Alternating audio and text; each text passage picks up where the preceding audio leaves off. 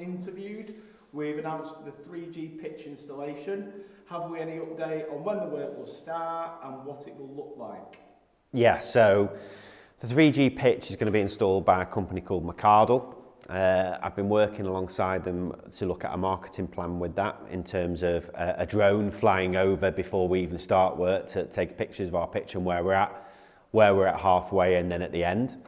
The whole process takes about 13 weeks to put it in. Clearly at the moment we can't give the total thumbs up on a date because we don't know if we are potentially going up automatically on Saturday, fingers crossed. We don't know if we're going to be in the playoff, if we'll be just in one leg or then we'll get to a final. So we have to potentially plan for the 4th of May, maybe being the last game at Gig Lane if we got to a final. We've then got bank holidays to consider within that as well. And then we'll also have some considerations around the fact that a lot of Bury fans will know that people's ashes have been scattered on the pitch. We need to be really sensitive to people's feelings and emotions. I've had a meeting with a celebrant this week to talk about how we manage that process. We are going to be doing a service on the pitch.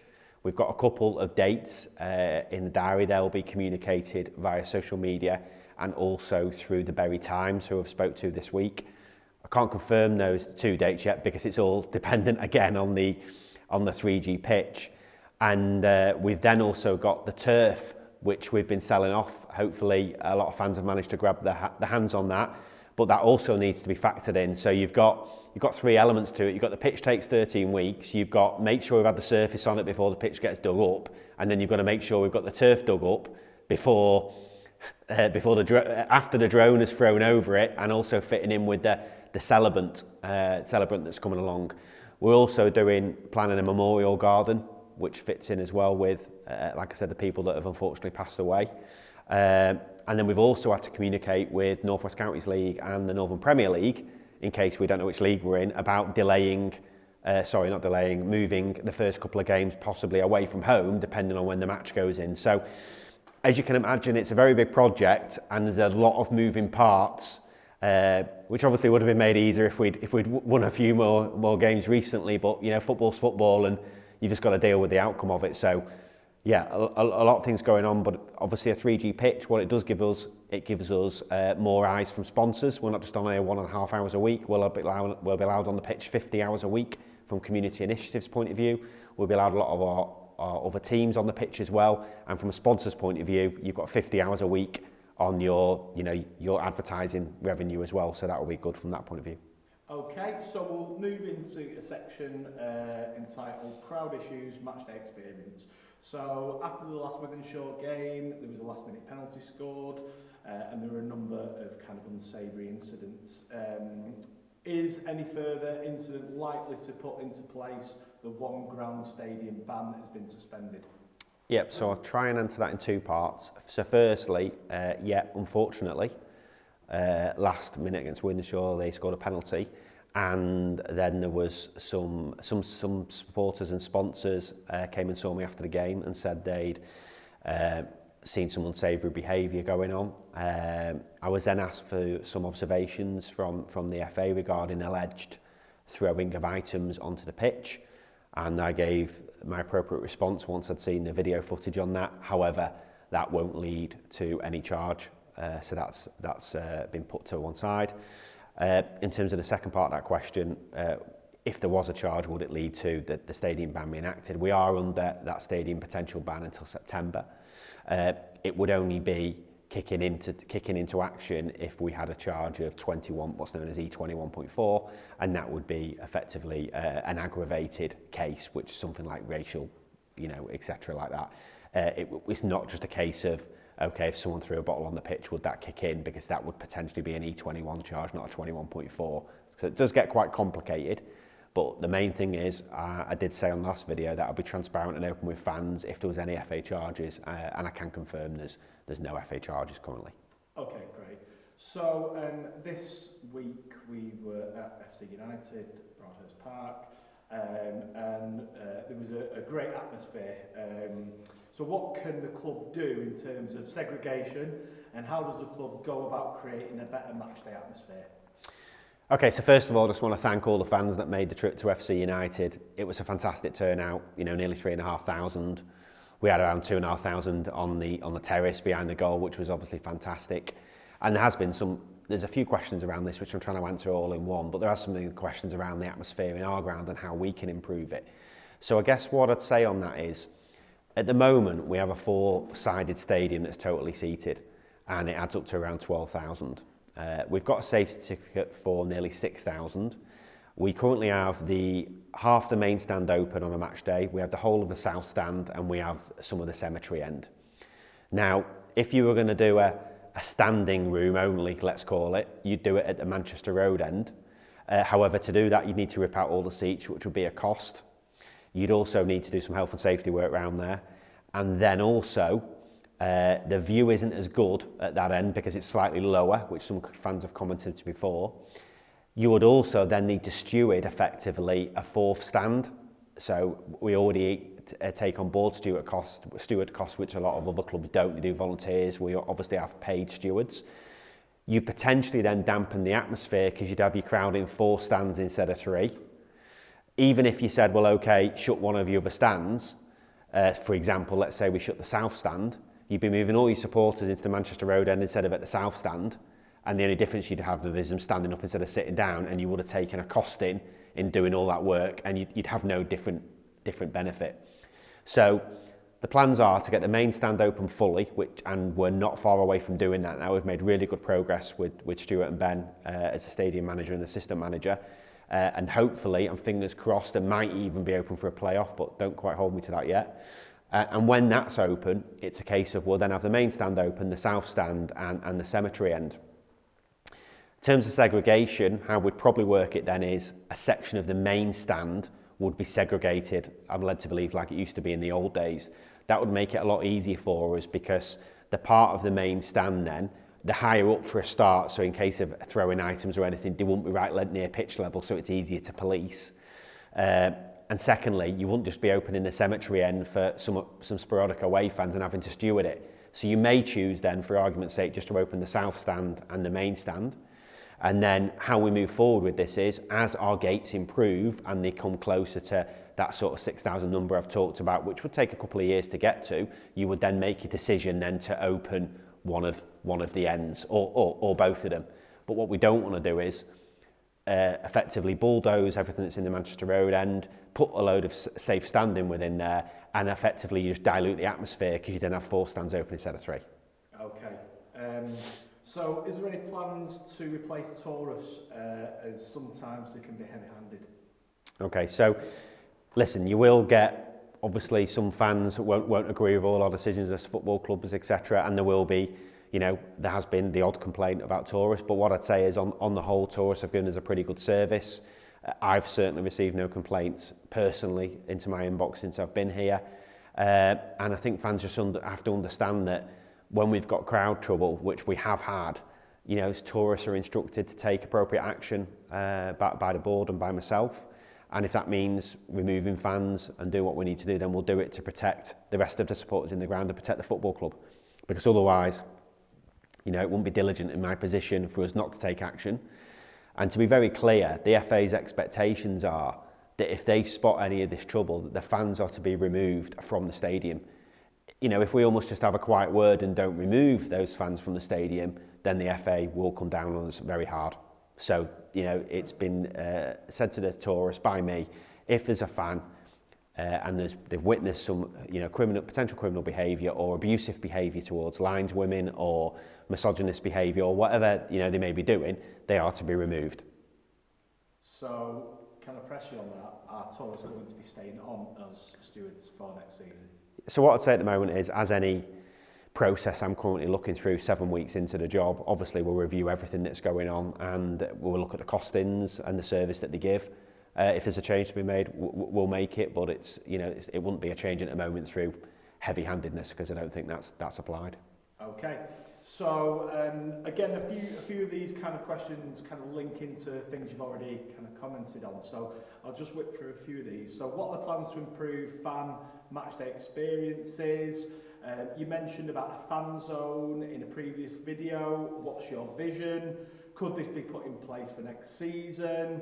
And you've mentioned about the opening more of the ground. So they're kind of just three questions that are put, into one really. So we've had some early conversations regarding the fan zone, which would be just outside the players' entrance here and to the left-hand side. We've walked it and sort of mapped out what it potentially might look like. We're working with some volunteers and looking at some companies currently who can almost sketch that out for us and see what it would look like. We want to make sure we do it right first time. I've now had over the last 4 or 5 weeks a chance to review our catering offer fully. So I know that's a big passion of fans, that there's a lot of division regarding our food offering through our kiosks. So that's been reviewed by me. I'm going through a tendering process in 3 weeks' time. So we've engaged other catering partners to look at all our kiosk operation, capital investment in them, and offer a better quality of food and drink, and hopefully sort some of these queue situations out as well. And that will obviously impact match day experience. And then obviously we've got Starkeys, as you're aware, which has proved very popular. So I can't say how quickly the fan zone will be in, because it's at very early stages. What I can commit to is that by the time we start next season, the catering offer will be a lot better on match day to fans. Okay, so we've touched on this, I think we touched on it to start off with about the crowd issues, but FA sanctions is the reason why as a club we confess and admit to all issues and then we get sanctioned. Can we as a fan base be kept up to date on FA charges? So I know that's something that's come out over this season, is that some supporters weren't aware that we were already under some FA charges. So will that continue? I'll talk you through the process. So basically what happens is I might get an email which says, this has happened at this game, can you give me your observations? I'll then go away, look at CCTV, interview anyone that needs interviewing, and I'll give my initial observations on what they are, and that goes to Manchester FA. Manchester FA then take that view into account and then decide if they think there is a charge to be applied. If we then get a charge applied, we then get a formal notification. We have 2 or 3 weeks to go back to them on guilty or not guilty. We have a choice whether to attend a personal hearing or attend or send submission in via statement. And then generally what will happen is you'll go to that hearing. It will probably be on Zoom most of the time, or Teams, and you'll be with a panel of 3 people, and they will be independent people. And the most important thing to get across here is they go off the balance of probability.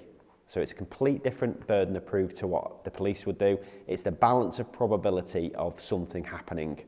So whilst things might seem black and white, once you put them into balance of probability, they don't seem as black and white. So I'll probably just try and give you one example there. If you had a member of staff, a supporter at the side of the pitch doing a throwing action, now you could argue that that person is berating the referee. They're not throwing anything, but it could look like they're throwing something. So if you're an independent person then, not related to the football club, and you're just listening to this, you could ask yourself on the balance probability, is something being thrown? Then it's quite easy to say potentially, yes, something might have been thrown.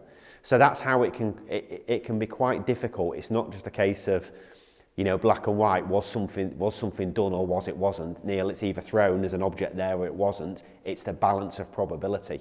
And a lot of instances which we deal with sometimes aren't black and white. They are down to that balance of probability. And once you put 3 people in a room who are completely unconnected to the incident, you are leaving yourself open to what those 3 people may say. Okay, so thanks for clearing that up. So the next thing we're going to move on to, the commercial element. So pound for the ground seems to work really well, but do we have plans for scratch cards, guess the first goal, which works at other grounds? So obviously a lot of our supporters are visiting other grounds. Yeah. Is there any more mechanisms or kind of ideas for fundraisers that we could do on a match day? Yeah, so I've been to a few grounds myself recently because, as I said before, I was looking at the catering offers around some of the grounds, and yeah, they do these scratch cards. You pay £5, you scratch off, and it tells you the minute of the goal that's scored, and then you can win £250. So all these things are in my head and on the table to offer. I think we've also got to be mindful that we do pound for the ground, and we also do treasure line. So it gets to the point where, and then, you know, people with buckets, how much can you keep asking for from fans? That's more, I do like the scratch card idea that you've just mentioned, and who scored the first goal. It's a bit more of a fun element to it rather than just a raffle on the pitch at half time. So listen, yeah, it's something we'll definitely look at. We'll have to cost it up because obviously it costs to make those cards, but it's pretty cheap, I would guess. And obviously there's some good profit to be made off the back of them, and obviously the supporters can win a decent prize. So yeah, that kind of thing we're currently under review. I've actually got a commercial meeting tomorrow night for 3 hours with my commercial team to review everything commercial in terms of sponsorship, anything that raises money for the club. Well, that's the next kind of thing that we're looking at, is what plans are in place to attract commercial sponsors to maximise revenue, and that kind of links into another question about building community and local business links. So is there anything that you can tell us about those things? Yeah, so we've done a full recce of every sponsorship deal that we had last season. That involved, from a process point of view, me going around the stadium, eyeballing every single advertising board, banner, anything that had a sponsor's name on, reconciling it to potentially contracts that we had written up, the amount of money it was bringing in to give me a sort of a total value that we got from last year. We're starting to work at the end of the season with partners, seeing if they want to renew, so we will be in touch. We've also got a database with over 300 local companies that potentially might work with us in the future. So we're looking across what that will do for us as well. And then we're also looking at our offering as a package, because ultimately if you've got 50 hours worth of eyes on it instead of 1.5, that potentially is going to bring in extra revenue. And then on top of that also is, I mentioned before, the commercial, hospitality and 1885 offering. Is it competitive? Is it value for money? And can we look at them sweating those assets a bit more as well? Okay, and just finally, and kind of just coming on to stuff about the players and the team. So are we missing opportunities for fans to interact with players before and after the games? Yeah, so I like this question. I like discussing anything about the team because I think it's a great team we've got here. And I spoke to Dave McNabb, the manager, and Dave has tried to pin me down on specifics, which I didn't have from this question. So again, just proving that you are asking me the exact question. What we're looking for as fans, from fans, is what is exactly that you would like us to do. Pre-match becomes a bit more difficult, especially on a Tuesday night. Players have come from work, they're in the pre-match routine, and Saturdays can be like that. But after the match, you know, anything we can do to interact with fans, if someone gives me some specifics, we'll look at doing it. The only thing I'd just like to say to keep into consideration is, you can imagine if after a game you've lost, you know, players' moods, sometimes you won't be in the best place. You might want to go across and slap a few hands, etc. But you're probably not going to spend 20 minutes on the pitch in the pouring rain if you've had a bad defeat that you may have thought you could win. But obviously, especially in the summer where you've got the nice weather out Saturday afternoons and hopefully we get some good results, you know, Dave is really open to saying anything you want us to do, let us know. And he's also said over the summer he'll put a couple of open training sessions on where the fans can interact with the players. So yeah, we're really open to working with our communities and fans around that. Again, that's any other kind of suggestions that people might have, they can email. Oh, of course they can, yeah. So, you know, specifically what I'd say is, now someone's asked me that question that could do with being a bit more detailed, make sure on the next fans' questions, if you've got any ideas regarding interaction with players, that you obviously get it to me and I can pick up with Mr. McNabb. Okay, finally, kind of just coming to the end now. Where will the club be if we don't achieve promotion? Oh, tough question that, Nick. I can't remember who asked me that because obviously they're anonymous, but listen, we all want promotion at the end of the day. The club's geared up for it, the stadium's geared up for it. You know, the fans want us back as high as possible. It's important we get promotion from everything that we're trying to do. It's our first year back at Gig Lane as well. But, you know, ultimately, we can control so much. The rest is then down to obviously the players, the manager on the pitch. I think we've had a pretty good season so far. Hopefully this Saturday, you know, we're celebrating at the end. But if not, we'll go in the playoffs and we'll give it our best shot. Ultimately, if we don't make it, you know, football's football. We'll go again next season twice as hard. Ultimately, what I'd just say is get behind the players on Saturday at Ramsbottom. We've got a sellout crowd of 2,000. I'd really ask you, whatever happens, please, please, please do not go on the pitch. I know you've seen a lot of it up and down the country at the moment, but if we go on the pitch, we are leaving ourselves wide open from the FA. So, you know, the players, you know, if we're successful in achieving our goal, they will come round, they will thank the fans, they will interact with them, but they can't do that while people are on the pitch. So, really, really implore you that if we do win promotion on Saturday, please do not go on the pitch, and we will make sure the players come around and say thank you. If we don't achieve promotion on the pitch on Saturday, then obviously we're back at Gig Lane, but same things apply in terms of making sure we're not on the pitch, etc. Okay, I think that's pretty much all of the questions covered. Have you got I know last time you did sound quite almost like Jerry Springer, you do a final message to the fans, so is there anything you'd like to say? The season's coming to an end. We'll maybe do this a little bit less frequently over the summer because there'll be a little bit less to talk about. We still encourage emails to come through, but have you got a final message for the fans and the people watching this video? Yeah, listen, just to say, I've only been at the football club now full time for 7 weeks. I've been inspired by our fan base, the amount of fans who turn out cold Tuesday nights with the kids, especially when they've given me feedback around the catering not being that great and you just want to get a pint and a pie or something decent down here. I've been inspired. I'm lucky to be in this position of CEO of this football club. We will all work together. We will drive forward. We will try everything we can to get back to a decent level of football, whether that's League Two or National League. We will review everything that's going on around here. We will leave no stone unturned. And, I just want to thank as well the 85 strong volunteers. We're doing some work with over the last couple of weeks in terms of getting a more structured database together. There will be a call out for volunteers in the summer where we'll try and get some new volunteers on board with some new skill sets.